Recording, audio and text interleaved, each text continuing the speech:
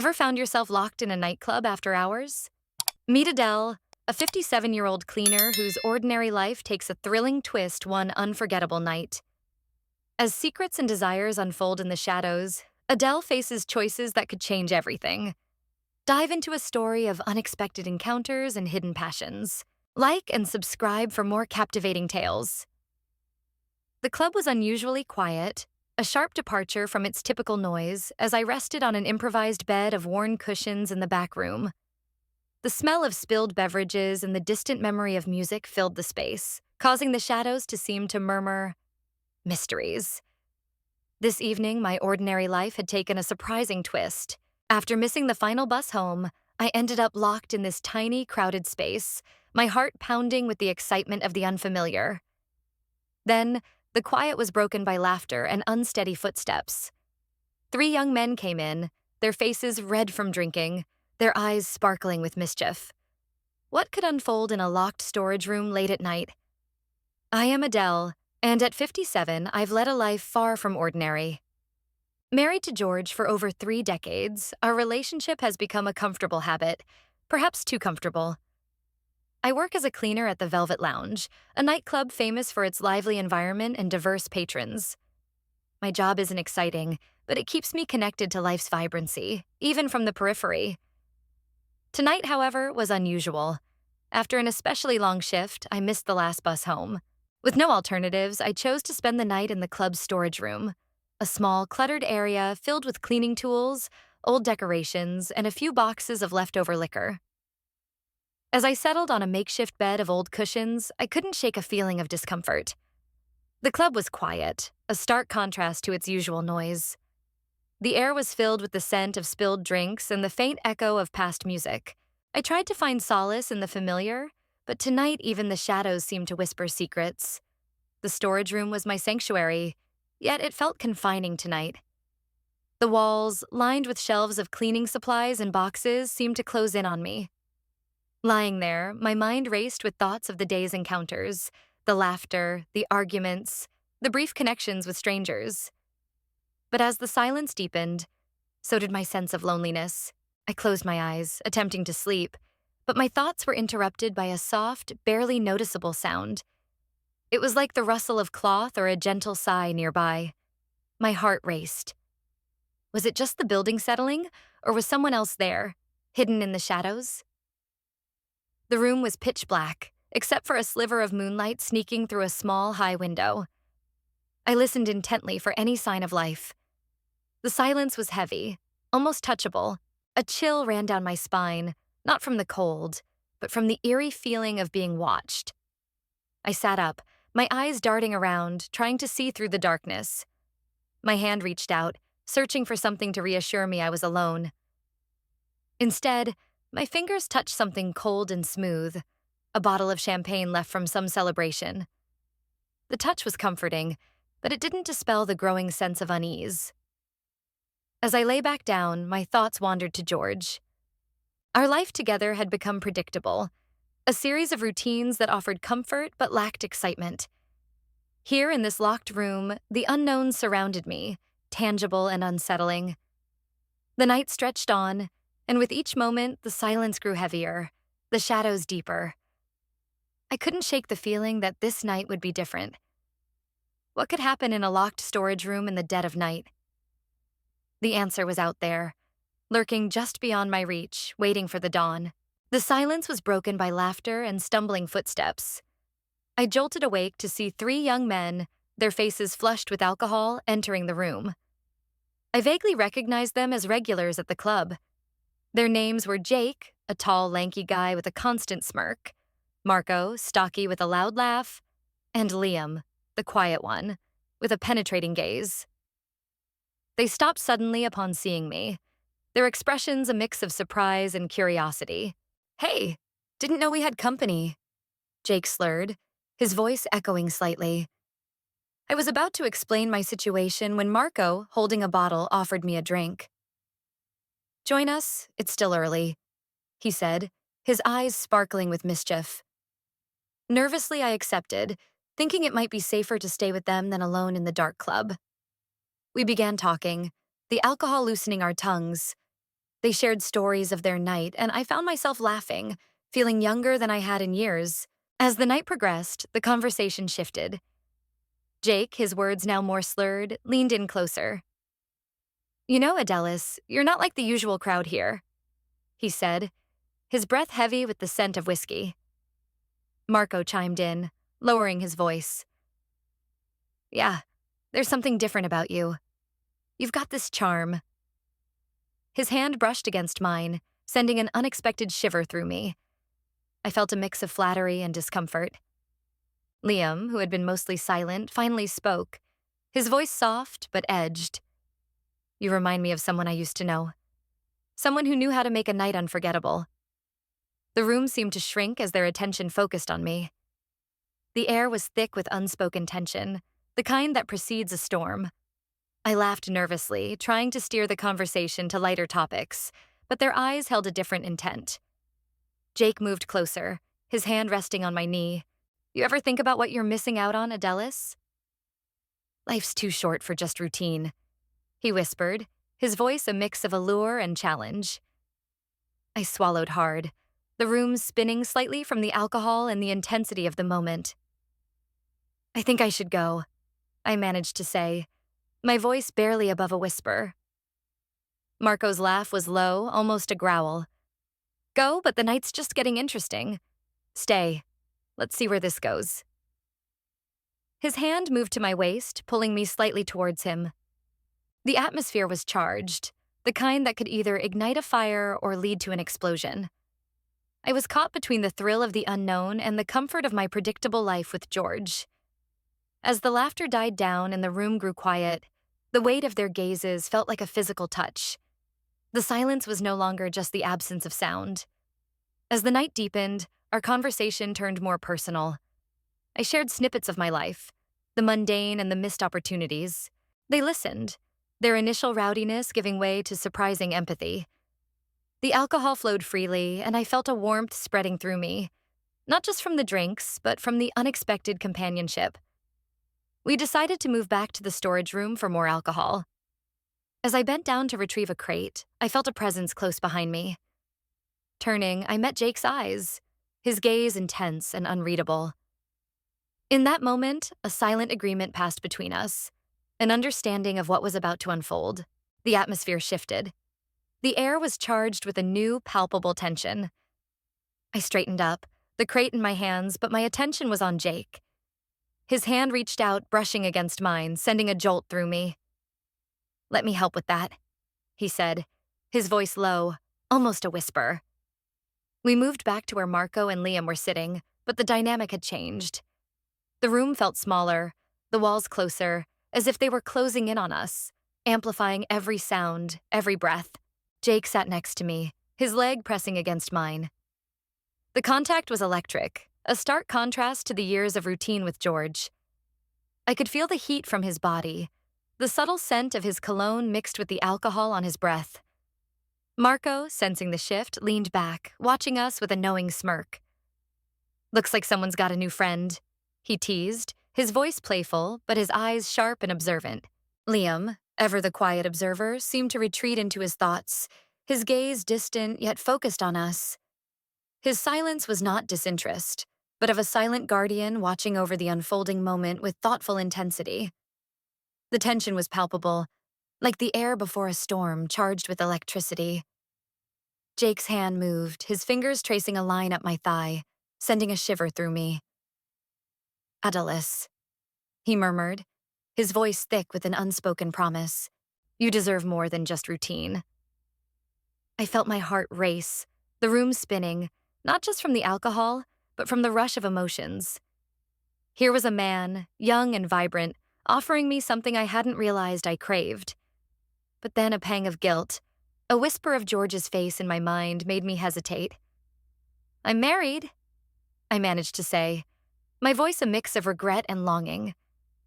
Jake's eyes softened, his hand squeezing mine. I know, Adelis, but tonight it's just us here.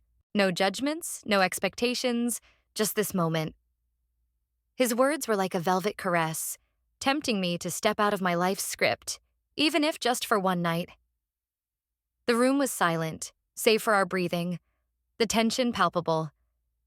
I could feel the weight of their gazes, the silent encouragement from Marco, the quiet acceptance from Liam. Jake leaned in, his lips brushing against my ear, his breath hot. "Let's make this night memorable," he whispered, his voice a velvet caress. I knew what he was suggesting, the implications clear in the dim light. My mind raced with the possibilities, the thrill of the unknown clashing with the comfort of my predictable life. The decision hung in the air, a choice between the known and the unknown, between the safety of routine and the wild, unpredictable dance of desire. As I looked into Jake's eyes, I saw not just desire, but a challenge, an invitation to step out of my life's script, even if just for one night. The room seemed to hold its breath, waiting for my response, the air thick with anticipation. What would happen next in this small, dimly lit room? The answer was mine to give, a decision that could alter the course of my night, perhaps even my life. The moment stretched, the silence deepening as if the very walls were listening, waiting for my next move. The choice was mine, and with it the potential to redefine what I thought was possible, to explore a side of myself I had long buried under years of routine and predictability. Jake's hand moved again, this time more insistently, drawing me closer. His touch was electric, a stark contrast to the years of routine with George. I could feel the heat from his body, the subtle scent of his cologne mixed with the alcohol on his breath, creating an intoxicating blend that seemed to cloud my judgment. The room was charged with an unspoken agreement, a pact sealed not with words, but with the intensity of our shared gaze. The night was ours, and what would happen next was up to me. The night unfolded in a blur of sensations and emotions. What started as a simple drink among strangers turned into something far more intimate. In the dim light of the storage room, boundaries blurred, and I found myself crossing lines I never thought I would. The experience was overwhelming, a mix of guilt, thrill, and a strange sense of liberation. Each moment was a step further from the life I knew with George into a territory of raw, uncharted desire. When it was over, we lay there, the silence now filled with the weight of what had transpired. No words were spoken, just the soft sounds of our breathing returning to normal. Jake's hand still rested on my thigh, a gentle reminder of the night's events. I felt a profound shift within me, as if I had shed layers of my old self, revealing someone new, someone I barely recognized. The thrill of the unknown had been intoxicating. Yet, the reality of what I had done began to seep in like cold water through a crack. Jake turned to look at me, his eyes searching for something in mine. "Adelis," he whispered, his voice now softer, less seductive than before. "Are you okay?" I nodded, though my mind was a whirlwind of conflicting emotions. The room, once a place of excitement, now felt like a confessional, where I was both the sinner and the confessor. Marco, who had been watching us with a knowing smirk, finally spoke up. "That was something else," he said, his voice a mix of awe and respect. Liam, ever the silent observer, gave a small nod, his gaze still distant but now tinged with concern. I sat up, adjusting my clothes, feeling the fabric against my skin like a reminder of my return to reality. The air was thick with the scent of our closeness, a mix of sweat, cologne, and the lingering aroma of alcohol. Jake sat up beside me, his hand brushing against mine, not with the intent of before, but with a touch of comfort. "You know, Adelis, this doesn't have to change anything," he said, his voice earnest. "It can just be a moment, a memory." But I knew better. This night would change everything. It wasn't just about the physical act. It was about the choice, the stepping out of my comfort zone, the breaking of vows, however momentarily. I looked at the three of them, each in their own way a part of this unexpected chapter of my life. "I need some time," I said, my voice steady despite the storm inside. "To think, to process." They nodded, understanding the gravity of the situation. Marco stood up, offering a hand to help me up. "We'll be here if you need us," he said, his usual playfulness replaced by sincerity. As I walked towards the door, my steps felt heavy, each one echoing the weight of my decisions. I unlocked the door, the click sounding like the end of a chapter. The club outside was still silent, the night not yet ready to give way to dawn. I stepped out, the cool air hitting my face, a stark contrast to the warmth of the room I left behind. The reality of my life with George, the routine, the comfort, and now the betrayal, all came crashing down on me this night. This moment would forever alter the course of my life. How would I face George? How would I reconcile this part of myself with the woman I thought I was? The questions were endless, the answers elusive. As I walked through the empty club, the shadows seemed less threatening now, more like silent witnesses to my transformation. I knew I couldn't go back to the way things were. Not entirely. The night had changed me, opened my eyes to desires I had suppressed, to a part of myself I had denied. The decision to step into that room, to engage with Jake, Marco, and Liam had been mine. And now the consequences, the aftermath would also be mine to bear. This was not just a night of passion. It was a night of awakening, of breaking free. Even if just for a moment as dawn approached, we dressed in silence. There was no awkwardness, just a mutual understanding that this was a moment out of time, not to be repeated or spoken of. We thanked each other, a simple acknowledgement of the shared experience, and then we parted ways, leaving the storage room as if nothing had happened. Walking home in the early morning light, I felt a mix of emotions. Guilt for betraying George, but also a strange sense of having reclaimed a part of myself I thought was long gone.